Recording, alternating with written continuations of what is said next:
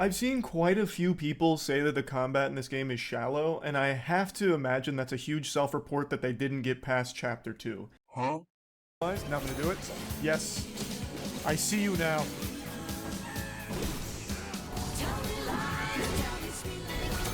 Oh! Caught him planking.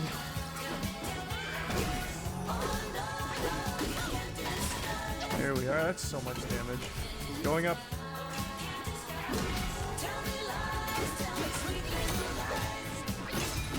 Stay on him here. There we go, got quickest fire down.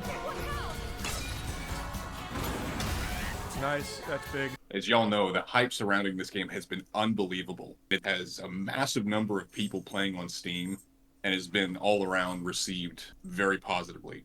This game had controversy surrounding it for all the wrong reasons. Apparently, many journalists are mad because this game isn't political enough, and gamers responded by voting with their wallets. Because we don't want politics in our video games. This isn't Pacifica. People here don't like politics with their entertainment. Now, just to start things off, I want to say that we both love everything about this game, except actually having to play the game. And I know that sounds like a weird thing to say, but we'll explain a little bit further on what we mean. And we will say here at the outset that for this being the developer's first attempt at a game like this, it's a noble attempt, but it falls terribly short in many aspects. And it seems like the focus was really on the production side and not on the gameplay side, which I think is a massive mistake whenever combat is the thing you end up doing the most in this game, because this game is largely a boss rush. It has over 90 bosses, and so you're heavily engaged with the combat. This game is also a Souls-like. I know the devs have said that it's not, but it sure feels like one. And at the very least, even if you don't think it is, I'm sure we can all agree, it's heavily inspired by Dark Souls. One of the biggest issues with this game that's going to be apparent as soon as you start playing is the performance. Now, this game's been lauded for its graphics, and it absolutely deserves it. The game is beautiful, but even the best rigs available on the PC side still suffer performance issues, as well as the PS5 version. And we're well equipped to talk about both because I played this on PC, and Kodo, you actually played this on PS5, so we can cover both bases here. There are 2 Digital Foundry videos that we're going to reference and link here that can explain these issues a lot better than I probably can.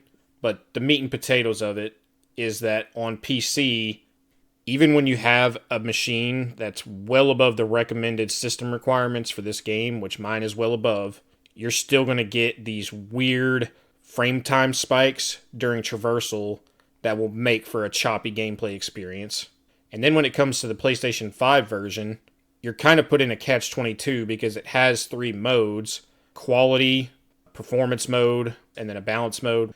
The issue is the performance mode, because it uses frame generation, the frame rate you're seeing is twice as high as the frame rate your inputs are getting, which leads to a lot of input delay. And I know you experienced a lot of that because you played this game mainly in performance mode. And then if you choose to play on balanced or quality mode, the issue is for some reason Game Science didn't lock the FPS at 30. You get a lot of unnatural issues because the frame rate isn't consistent and capped. I also battled a specific bug from the second I started my game till it was over, where I would get on-screen prompts that my save failed because I was missing disk space and permissions. Now, I had 300 gigs available on my hard drive the entire time I played this game, and I saw on Reddit that this was due to antivirus, so I made an exception for this game, thinking it fixed the problem, and it did fix the problem for about 30 minutes, and then it went right back to doing this. And the problem is this happened consistently during gameplay, including during boss fights at critical moments. Bruh! Well, and on top of that, even though we're more so talking about the input delay on console because of the performance mode, there is still clearly some input delay even on the PC version, specifically when you're drinking from the gourd. Moving on to the gameplay side of things, particularly the combat, we kind of start off in a bad area because the game has some of the worst tutorials I've ever seen. The game tells you next to nothing, and it leaves out many important things you need to know, and just doesn't bother to mention them at all. The Destined one, which is the character you're playing as throughout this game specifically, has an issue where from the start of the game till the end of the game, you do very little damage until you're able to unleash the charged heavy attack and spend your focus points. And no matter how many upgrades you seem to get along the way, the bosses scale with you the whole way, and you really never feel like you're doing significant damage with your primary offensive tool, which is the light combo. Well, and what makes that kind of frustrating is there is so little variation to combat ever. Combat is so massively simple. And in a game that kind of hails itself as an action game like this, it's shocking to me that you have such a limited number of basic combos you can do. Like, for example, you have your full light combo, a varied combo for each stance, and a charged heavy for each stance. That's about all you can do in terms of your actual abilities with the staff, which is kind of crazy whenever you consider that this game launches itself as an action game. And so that led me and you, I think, to being very bored while we played this at times, because it wasn't the combat that made me invested or interested in this game as I thought it would. And one of the things that kind of threw me for a loop is when you see a lot of people talk about this game, they compare it to other games with good combat, like Dark Souls games or God of War or Devil May Cry. From my experience, a lot of those games have way more variation and thus far more interesting combinations to do with their combat. I mean, even the Dark Souls games. The Dark Souls games with each particular weapon doesn't have a necessarily deep moveset, but the vast amount of weapons in the game that you can switch to whenever you want allow for a whole lot more variation in combat than I felt like I ever got in Black Myth Wukong. And it blows my mind that people are comparing this to the two newer God of Wars, because although the skill tree looks comparable in terms of the node style of unlocking stuff and putting points into things, the actual tools that you have available to you in God of War are just 10 times what you have in this game. I mean, you have 4 weapons with the axe, the Blades of Chaos, the shield, and the drop near spear. Every single one of those weapons has a light runic attack, a heavy runic attack, and a third ability. On top of that, there's so many different combos per weapon. You have charged heavy throws built around the axe. You have big sweeping combos with the Blades of Chaos to take out multiple enemies. You have even combos that have a pause in the middle of the combo that activate completely new abilities. There's just so much more depth in that game than this game, and it blows my mind that people are comparing these two combat-wise.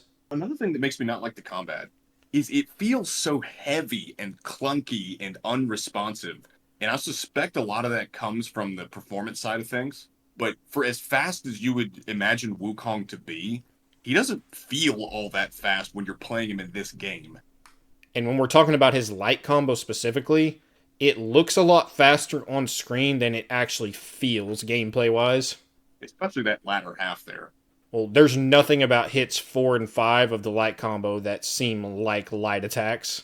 But moving on, this game has a similar problem that's plagued other games in the same genre, which is that the camera is just downright horrible. There are certain areas, particularly in Chapter 3 when you hit the pagoda, or in Chapter 4 when you hit the caves, or even sometimes in just tight hallways, the camera gets lost. And mobile bosses can also be just horrible for your camera, where that thing spins around and snaps around and really gives you some trouble. Unfortunately, it's standard fare. And like a lot of recent Souls games, it doesn't help that there's a ton of massive bosses in this game that the camera does not zoom out enough to be able to handle.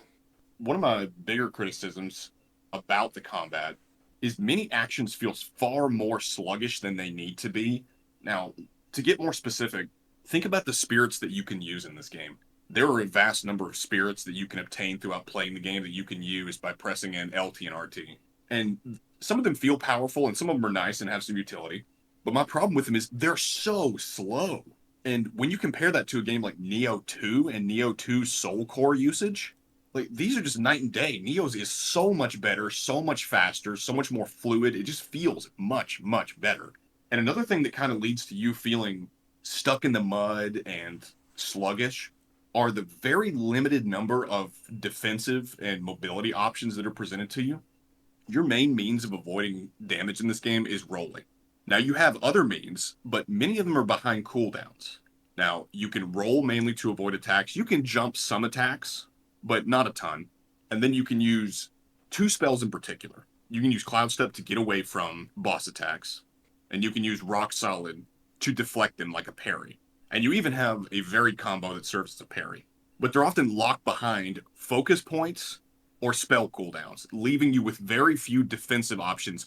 Well, and what kind of exacerbates how shallow the basic staff combat feels is that the abilities and the spells that you get in this game, a lot of them simply boil down to giving you more openings to continue spamming light combo until you have enough focus points to land a charged heavy.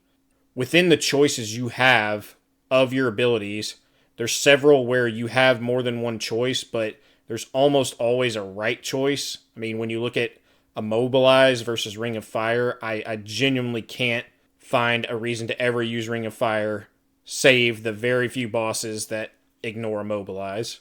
A lot of the spells really just end up substantively as you just pressing X more until you can press Y. And it's because there's this lack of variation to almost everything that you do that just makes the game at times feel downright boring. Well, and speaking of boring, now this is mainly a boss rush, but pretty much all the sections when you aren't fighting a boss, the regular enemies that you run across in the world are just pure cannon fodder. And what's makes this even worse is the rare times, the extremely rare times they're ever a threat, it's typically only due to poor design where it forces you in a tiny hallway and has you fight 3 enemies at melee range with 2 archers in the back spamming you from afar. Well, and speaking of the archers are their own particular brand of cancer. The wolf archers can absolutely spam projectiles that lock you in place. And this is true not only for trash mobs, but also for bosses. Keeper of the Mountains 100% does this. If you get hit by one of his projectiles, bucko, you're getting hit by all of them. To add on to some of the frustration that you can feel while playing this game, enemies with shields and parries often will have weird hurt boxes. So this is particularly noticeable when you're using Immobilize, because when you come up to an enemy that has a shield and you use Immobilize on them, say you use Immobilize on them while they're holding their shield at their side and you continue to attack them from the front. Even whenever a hit clearly lands on them, on their flesh, not the shield will still take the damage. This is also true for some bosses that use parry. There can be times whenever one boss will use his wings to protect him and parry your attacks. But then you can get behind him and start hitting him, and his wings will still parry you even though he's frozen and you're hitting something other than his wings. Another thing that can cause frustration is input buffering seems to be missing in this game, which causes you to lose some inputs. Sometimes when you're in the middle of your light combo, say if you get into the 4th hit of it, where the Destined one does a spin and it's a multi-hit, you can be spamming dodge after that, and you can cancel out of it, but the move has to completely finish, and any buttons you hit, such as mashing dodge, before that animation finishes, will not come out. It'll just catch, the 5th time you spammed it after the animation completely finishes. Well, and this is just yet another thing that leads to the combat kind of feeling sluggish, because there needs to be some level of balance here. Because you don't want input buffering that's so aggressive, it's like some of the earlier Dark Souls games. This is yet another moment where I get to praise Neo 2, which is my favorite Souls-like, because it plays as fast and as fluid as I feel like this game should, given how fast you would expect Wukong to be. And finally, as we bring the combat section to an end, there's a design choice that kind of baffles me and I'm not sure should be in here. I really don't agree with having a stamina bar that can drain to 0 and lock you from doing combo finishers and dodges, because the base stamina bar is so large that it kind of seems ridiculous to even have it for a game that claims not to be a Souls-like and to be an action game. It just kind of seems like this was put in here for the sake of having it, almost like the stamina bar was in Assassin's Creed Valhalla. It seems like more of just an expectation because it's stamina bars, all the rage in gaming right now. I do want to briefly mention the combat transformations because aesthetically, they're probably the most interesting ability you have. They're tied to their own meter called might, and if you already have focus built up, you can transform into them and already have focus moves unique to them available without having to build it up. I mostly ended up just using them as a second life bar, and summoning them during an annoying boss move that I just didn't feel like dodging. Let's very, very briefly touch on the bosses. This game is a boss rush. There's 90 plus bosses in the game, but because there's so many, a lot of them are under-designed, they're not memorable, and as opposed to something like God of War, which a lot of people claim this game is similar to, you meet these bosses for the first time when they're giving you their 30-second monologue before you fight, and then you never see them again. There's no build-up, and in some places, you'll even fight 3-4 bosses in like a 15-minute span. Chapter 1 comes to mind. Because you go from Guangmo right into Noble, right into Elder Genshi, right into Blackwind Monk. Like very fast, in very fast succession, with minimal build-up to many of them.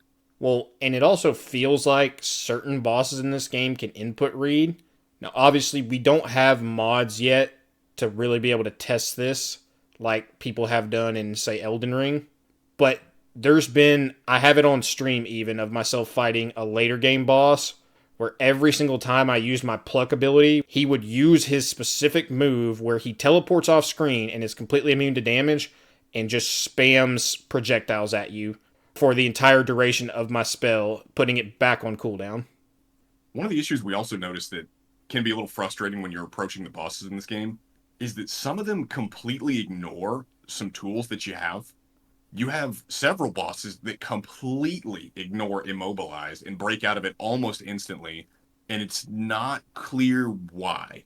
So you're sitting there scratching your head as to why did my ability not work, and what do I have to do to make it work, and is it just pointless on this boss? A lot of bosses have phases to their fights that can often kill the pacing, because, say, in phase 1, they may not be threatening at all, but then in phase 2, they're insanely threatening, and often what you have in phase 1, and sometimes even in phase 2, enemies can artificially extend the fight by doing things like teleporting away, spamming projectiles from the sky, becoming ethereal, stuff like that. And there are a lot of time wasters like that kind of get frustrating when you're fighting them. And let's just finally say, for bosses in this game, we will be dropping another video soon covering very specific instances of bosses and highlighting those issues. Among them, bad telegraphs, visual clutter, poor lock-on points and camera during the fights, and repetitive gimmicks that a lot of them use. But that's kind of what you would expect when the game has so many bosses, is it really becomes a quantity over quality kind of thing. Let's move on to exploration, because aside from combat, exploration is the main thing you'll be doing in this game. I like exploring the world. The world looks great, and there are even several times where the paths can open up and branch out into various different paths. But this game needs a mini-map. Oh man, this needs a mini-map, because although the environments look good, they very much look the same pretty much throughout the chapter. So it is very easy to get lost and waste your time and go in circles. It happens to me all the time. Well, and there's a lot of areas. Chapter 2 is the big one for me, where a lot of different paths look similar. So you end up doubling back somewhere you've already been, and because you don't have a map to show you kind of, a grayed out area that you have or haven't been to it, and there's a lot of times not big obvious landmarks, you just waste time for no reason. I don't see what adding a map would hurt, truly. And one of the things that kind of hurts the exploration even more, on top of paths looking similar, is invisible walls that seem to impede your every turn. And what's more baffling is there will be times you look at a path and think, oh, that's somewhere I should go. You go down it, you're getting blocked for whatever reason by an invisible wall. Then you'll look at another path that doesn't look accessible at all, and you can jump right through it. It's a shame that a lot of this happens, because there are so many cool secrets to find that can lead to really substantive changes and affect your playthrough of the game, particularly with the bosses that you can reach, and even sometimes the different worlds you can go to. But without a guide, you'd be hard-pressed to find a lot of these. And there's several times in the game, I can think of 3, where you have the non-combat transformation. There in Chapter 1, you turn into a cicada. In Chapter 3, there's a spot where you turn into a bat and a fox. They all feel super pointless, because they don't serve any specific purpose. You have you have a game like Dishonored back in 2012 where you can essentially take control of a rat or a fish and you can actually use it in gameplay creatively to find ways to solve a level. You know, you can crawl through a hole that you couldn't get through as a human. You can get past guards unseen. In this, it might as well have just been a cutscene. The bat genuinely was a cutscene, except you could swivel the camera. What's kind of funny is in chapter 1, this is the first time you transform by the old man transforming you into a cicada. And in the cicada form, he says, use this to go scout. And it's like, scout what? The trash mobs that I can easily kill? Like, what do I need to scout? I just don't understand. And it's more frustrating when you think about how creative they could have gotten with this. What if the cicada was used for stealth, little stealth portions? You know, what if there was some type of aquatic animal that you could reach a spot you couldn't without that by traversing through water? There's a million ways they could have gone with the lore of Wukong's transformation, and this is as bare bones as it gets. There's also an interesting mechanic called vessels in this game. There's only 4 of them, but essentially they're just an extra tool specific to the boss's final chapter. The issue with these is that they're locked behind pretty vague quests, and I have to believe a decent number of players are going to struggle super hard, specifically with the end chapter bosses for chapter 2 and 4 without these items. Well, if you're familiar with Journey of the West, I mean, one of our friends who is essentially came out and said, oh, this is fitting with the lore. Wukong had to find items to deal with various people in that book. And that's fine, but part of the issue is when it comes to gameplay, these are immensely powerful. Like, say, let's get specific for chapter 2. In chapter 2, the final boss is Yellow Wind Sage. He has a tornado in his final phase that follows you the whole time and will suck you up and do big damage if you get hit by it. The vessel completely ignores the tornado, which I'm fine with there being secrets, even powerful secrets, but don't make something that is so powerful and almost necessary to success so secretive. Now, chapter 4 is really when things begin to break. It's when you hit the Taoist, and if you fight the Taoist without the needle, good luck to you, my brother in Christ. Good luck. I did it not knowing the needle existed. I cannot tell you the horrible things I wish to do to myself during the process of killing that guy. And I'm right there with you. I was fighting him one night and getting him to about 5% life every single run, where the most broken aspects of his kit come out. And I went to sleep that night molding. But then I got up the next morning, found this item, went back to him, and immediately one-tapped him because the vessel actually completely invalidates his phase that triggers once he's down to roughly 30% health. So the vessels are absolutely game-changing, and it seems like they would make them a bit more readily available than putting them in very, very missable and cryptic quests. There comes a point in the game where the game opens up. In chapter 2, there were various branching paths that led to pretty open areas. Chapter 3 was very open.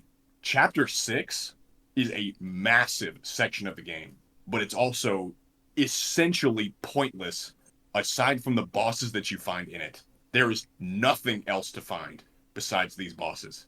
And a huge problem with that is the game does not do a good job at all communicating to you that this area is purely exist to fight a couple bosses and move on. Because when I first got to it, after beating the intro boss to chapter 6, I was running around on foot, even though you get the Nimbus Cloud in this section, which gives you fast traversal. I was running around on foot in all of these empty areas looking for chests, looking for spirit summons, looking for any interesting tidbits, and there is nothing there. Well, it kind of, like, it's nice that you get the cloud, but it feels like yet another spot of wasted potential, where why give me a cloud to explore all these cool parts of the area that look nice if there's nothing in them but a boss? Chapter 6 should have been much smaller than it is, and it's very demoralizing going through that entire chapter, searching for things only to find nothing but boss fights. It's just wasted potential. Speaking of wasted potential, progression. Almost every bit of progression that you will find in this game is unimpactful and uninteresting. Weapon and armor crafting seems woefully underdeveloped because weapons are essentially just a stat stick, but with a passive that kind of ranges between middling and useless. And while there are some armors that can have some useful stats, they're largely in the in game and relegated to the in game. And most of the armor that you get throughout the course of the game doesn't seem to have terribly impactful stats on them. So again, it just kind of felt really underdeveloped and uninteresting throughout the majority of the game. Well, and there's a lot of armor effects that you unlock, and the specific use case for the ability granted by that armor was in play for the boss that you just killed to acquire it. The Noble in Chapter 1 is a boss that is in water. What do you get for killing the boss that's in water? An armor set that makes you stronger against bosses in water. It's like, thanks guys, would have been nice to have this for the Noble. You do unlock the ability to upgrade armor in this game in Chapter 3, but like with a lot of other things, like the vessels, it's locked behind cryptic side quests. I don't know why you would put this behind a cryptic side quest. Well, it's a series of cryptic side quests that you have to leave your current chapter and go back to a previous chapter that you've already completed just to get it. And like the secret is awesome. I'm totally for the secret. I love it. But it doesn't need to be so impactful. Like you essentially, when you get the ability to upgrade armor after doing the series of secret quests, you essentially get a hub that consolidates all of the NPCs that are useful to you. Why is that a secret? It just seemed like you'd be better served making that something that you naturally have. We're going to talk about skill trees when we think about progression. Unfortunately, as you look through the skill tree, there's a lot there, but most of it seems to be fluff that has little impact. Now, there are abilities that you are going to want to take that just are far better than everything else, particularly some of the passives in your staff stances are immensely useful, especially early on to unlock all your focus points. So in the first few levels, you almost feel forced to put them into staff stances. Another part of your progression is the gourd, which is essentially your potions or your Estus flask, can be upgraded with various passives because each different gourd has a passive that you can attach to it. And they also have things called soak slots. Now, this is actually part of the progression that I like and think is good because some of those soaks can be substantive, particularly the soak that allows you to drink a potion uninterrupted. That's massive. So I really appreciate them putting that in the game and giving me something that actually does feel substantive when much of it doesn't. But our real problem with the progression systems in this game is that the RPG elements are essentially non-existent. And that's true for the way you approach combat because of how streamlined and lacking in variation the combat is. And also in the weapon and armor system, there are not a ton of choices. And as we said before, as it pertains to the spells, some of them are clearly the right choice and kind of get away from these RPG elements. One thing I do really appreciate about the progression in this game is thank God that you can respec your skills at any time at no cost. And this also applies to another small mechanic called pills that you get from an NPC, which are just raw stat boosts that you can spend a finite amount of specific currency to boost, attack, defense, stamina. It's very much appreciated that you don't get penalized for not knowing what's good in a brand new game where you couldn't possibly know what's good. And there are some good portions to the progression. As you work your way into New Game Plus, and this game does have a New Game Plus, you can continue building up that skill tree. And on top of that, you gain access to another one of the relics that you get at the end of a chapter, which was nice to see.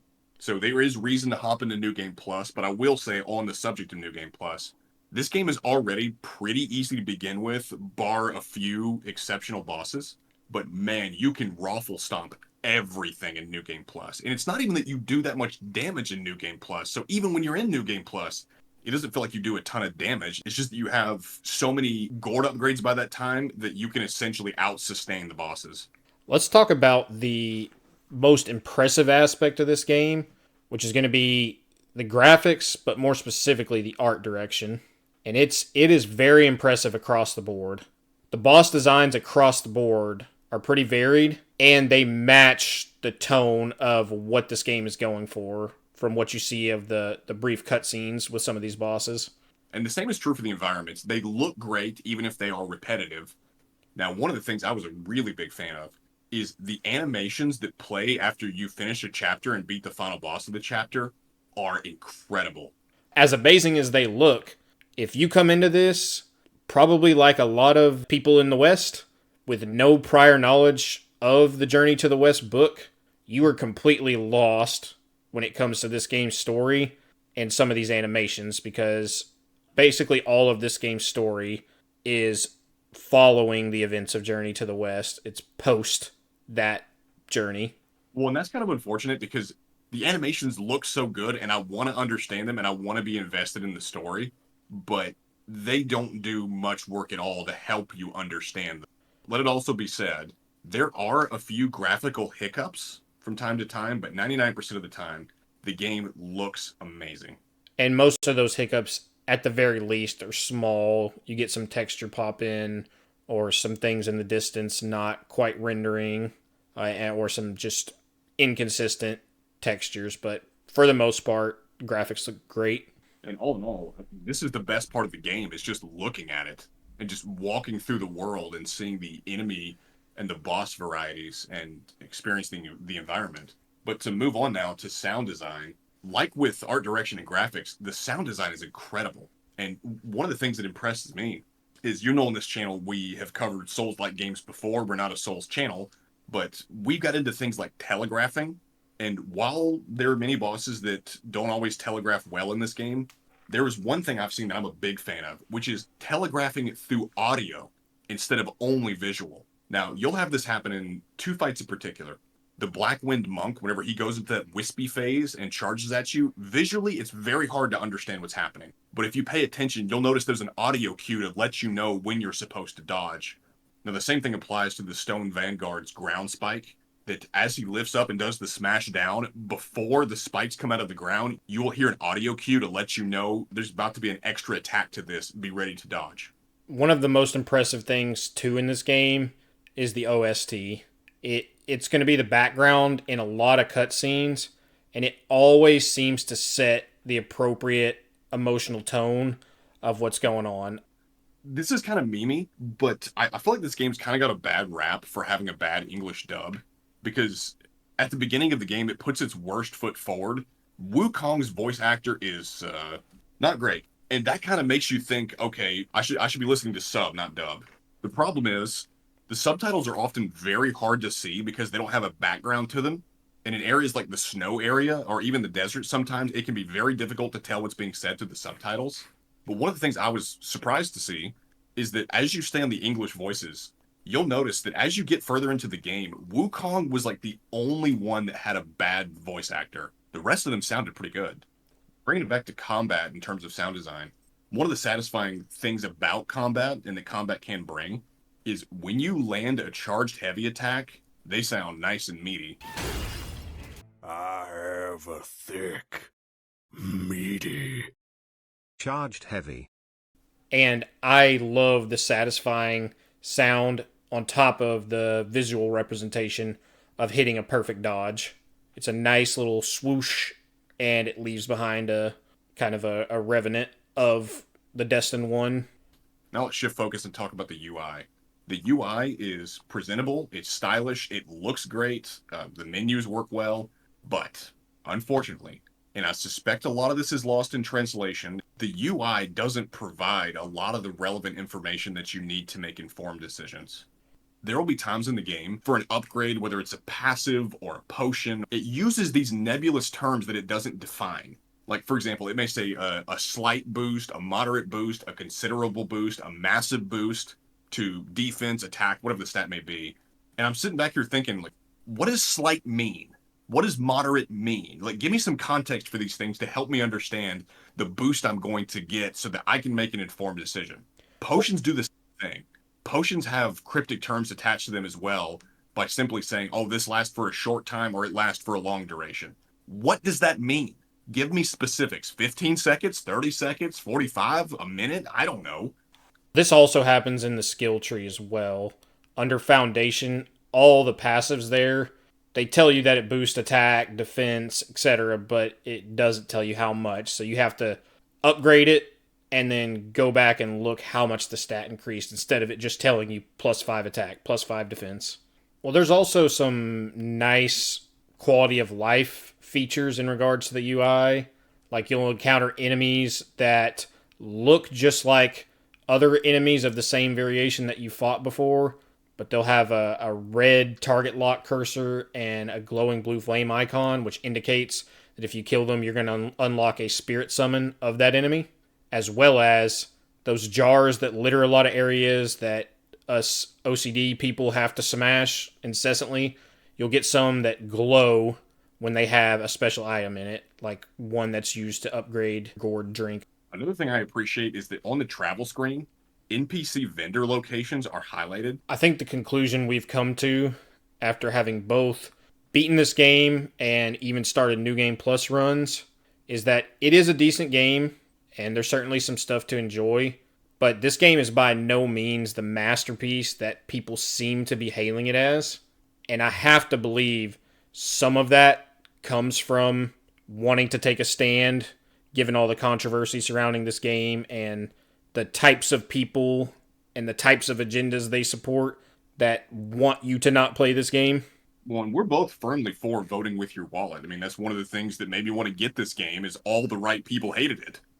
If you're a creative working in AAA, which I did for many, many years, put this stuff up to your higher-ups. And if they don't see the value in what you're asking for when you ask for consultants, when you ask for research, go have a coffee with your marketing team and just terrify them with the possibility of what's going to happen if they don't give you what you want. But as a game, when you judge it on its own merits, it's decent. I mean, it's not amazing, but it's okay. I just wish the glazing would calm down a little bit. And I can certainly appreciate the strong aspects of this game, but they really need to focus on core gameplay because at the end of the day, that's why we play these games. The presentation and the graphics are phenomenal, and it's much appreciated having such a high level of that, but if you paired it with really engaging gameplay, it would just be so much better. At the end of the day, it's a boss rush game, which is going to mean gameplay has to take center stage. And I feel like that was kind of lost in all this.